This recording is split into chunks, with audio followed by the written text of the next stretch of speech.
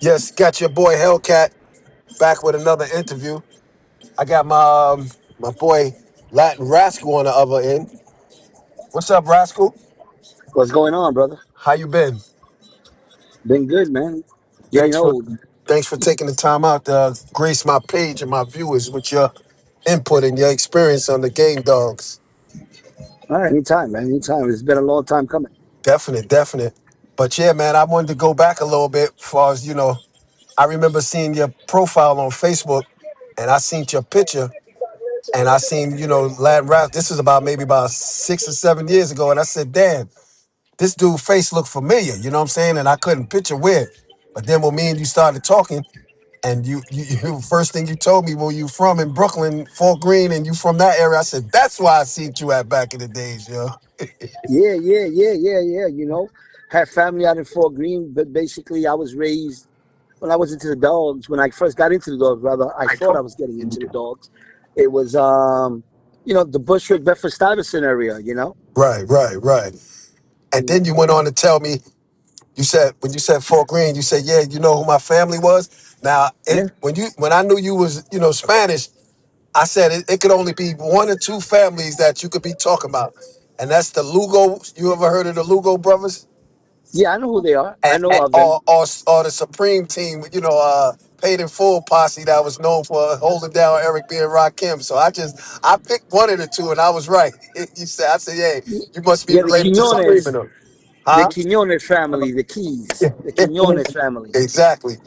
So yeah, man, Yeah. and so I wanted to, just in case y'all not might not know might notice in the background, you hear I'm doing this interview from in my car, so don't pay attention to the road noise you hear.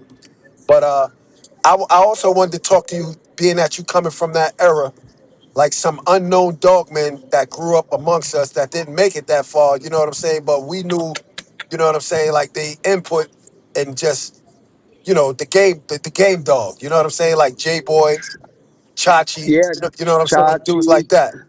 Yeah, some of the I forgot there was some Jamaican brothers from Flatbush also. I forgot. I don't know, they were called the Blister Kids. I forgot what they were called, but there were guys who were actually doing dogs and they were doing them the right way. It wasn't no Right. street shit. They were doing it the right way in a square. They would weigh them up, and at that time, it wasn't like it is now where everybody's exposed to what dog fighting is rather Right. than what dog fighting was back then. I mean, I participated in those things back then and enjoyed it. Um, coming from this inner city, Right. Right. that's something that became real popular. I think everybody back in the day, like I told you earlier before we began this interview, that we all thought we had American Pit Bull Terriers. A lot of us really had American staffs, you know. Right. And Right. then you start learning, like everybody else does. Nobody can tell me that nobody ever saw the Richard Stratton book, The World of American Pit Bull Terrier. That's what opened up everybody's eyes on, like, oh man, these are pit bulls, and Right. oh, they Right. got family of dogs. And so then you get into the aspects of pedigrees and different families of dogs. Right. But again, before you learn to walk, you got to learn how to crawl first. And there's levels. You start moving up the levels too. Yeah, Because just yeah, like yeah, you said, definitely, my my definitely. I mean, my my fascination with dogs being competitive and fighting came from back in the early '80s. Me being the young lad. It was like you always seen packs of stray dogs in the hood, and they would be following what I didn't know at the time, but they will be right. following a female, and in the course of that, they will be fighting against each other. So that fascinated me.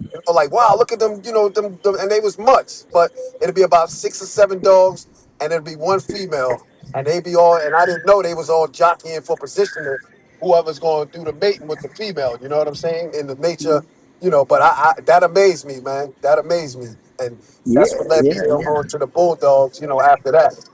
I mean, I remember, and I think I told you this earlier. I remember when I had my little staff. I'm walking down the Brooklyn streets. Anybody from Brooklyn would know the area that I'm talking about. It was Bedford Stuyvesant, and I think I was walking down Gates Avenue, but it was one of these little blocks that was had a line of brownstones. Of course, depending where you're in Brooklyn, there was always blocks, especially Bedford Stuyvesant had these brownstones. Right, right. So here I am, about 15, 16 years old. I think I was 15 years old, walking down Gates Avenue. If I think that's the name of the block or Van Buren, anyway, it doesn't really matter. It was in Brooklyn. And this guy says, "Hey man, come over here. Let me see what you got." I walked over to the guy, and he said, "Hey man, I see you got a dog there." I said, "Yeah, yeah, he's a pit." He goes, "Yeah, no, I know what it is." And he says, "You like these dogs?" I said, "Yeah, man." He goes, "You want to see a good dog?" I say, "Yeah." Why? You have a dog? He says, "Yeah." So he invited me into his brownstone, and when I walked into the house, I see a bunch of magazines on his table, which I didn't know what they were, but they were the Sporting Dog Journal, Right, you know. right. And then he says, "Look, you can look through those magazines, man. That's these are magazines for people who are involved in professional dog fighting." I said, "Okay, okay." And he says, "Oh, you see that? You see that picture right there?" I go, "Yeah." He said, "I got that dog in the backyard." I said, "Yeah, right." He goes, "I got that dog in the backyard." He goes, "Come on, young guy." So he opens up the backyard, and there's four dogs back there, and one of them was Ozzie Stevens, Grand Champion Virgil. Mm. Who would think, right? Brooklyn. Right in Brooklyn, there's a Virgil, Grand Virgil Champion in the backyard, in the you hood, know, huh? in the hood. And then he told me his name was Solo. I figured, okay, but again, it didn't dawn on me, who he was, till Right, right. later on, and later on, maybe 2 or 3 years afterwards, and then I realized that Solo was a guy who ran with STP, and which was, everybody who knows STP. Right, There is, which a lot of people don't realize, STP was stand for Solo, Mr. T, and the Polak, you right, know, right. and I go, okay, and that was the first professional game dog I ever seen, you know.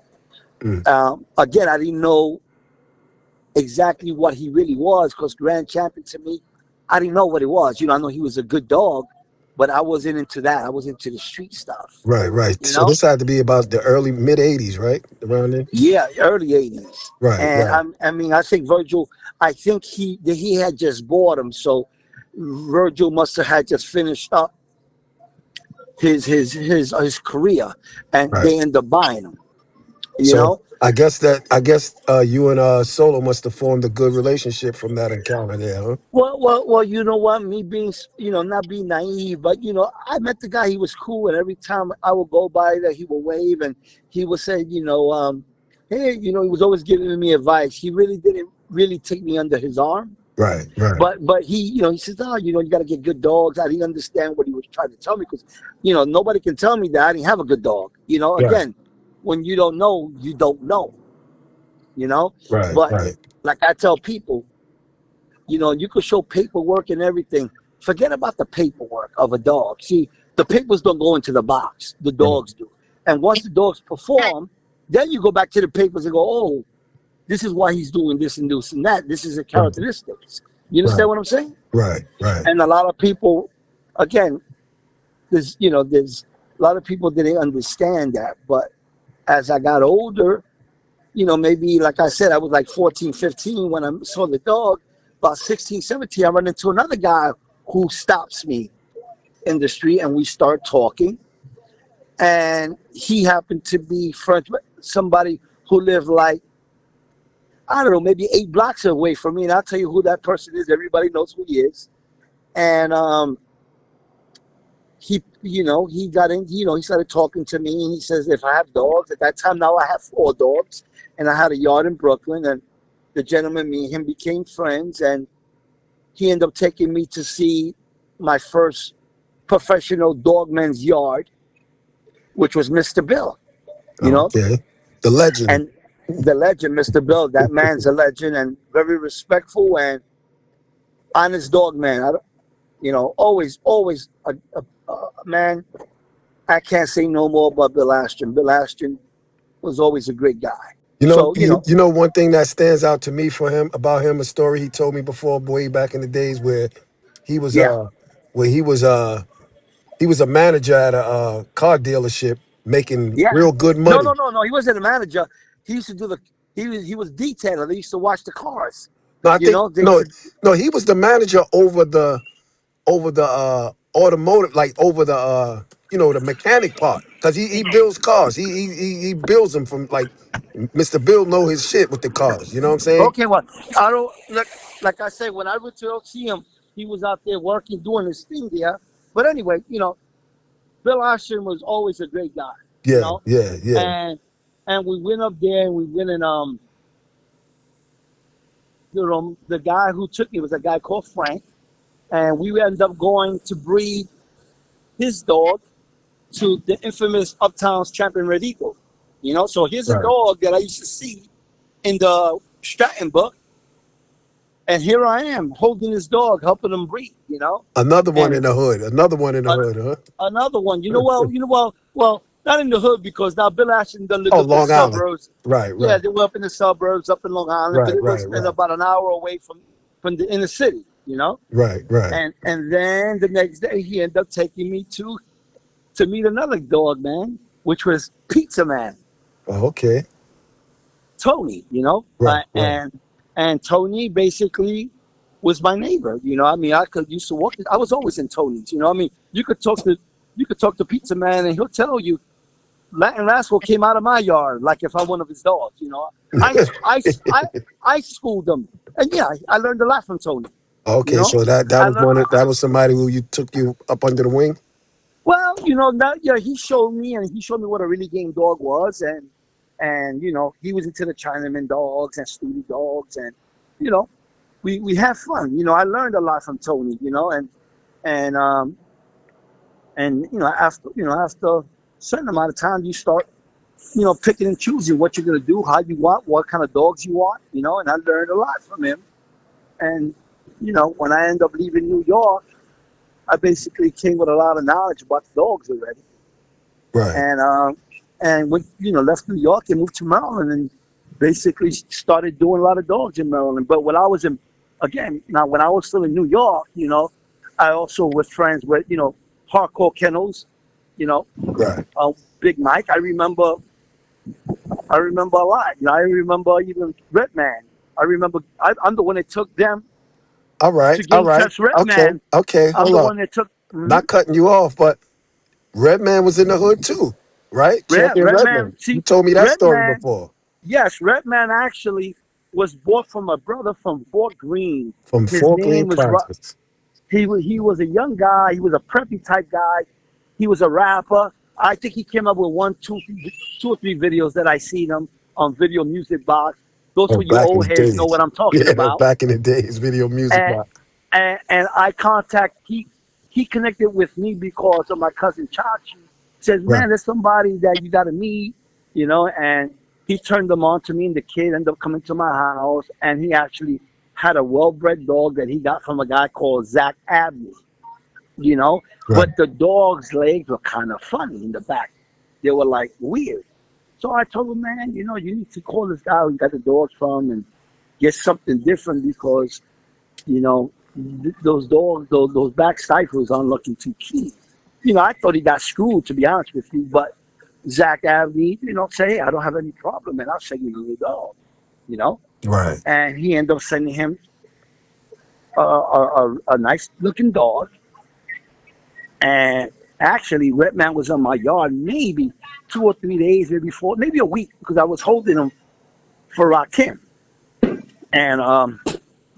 And then he ended up becoming partners with some guy from Manhattan or the Bronx. I don't know. And that's when the introduction that I met Big Mike and them because the guy who he owned the Redman dog with was a guy called Moses who used to live up in Manhattan. So they wanted to see Redman go. The dog was supposed to be a pretty good dog, and basically he was a prospect.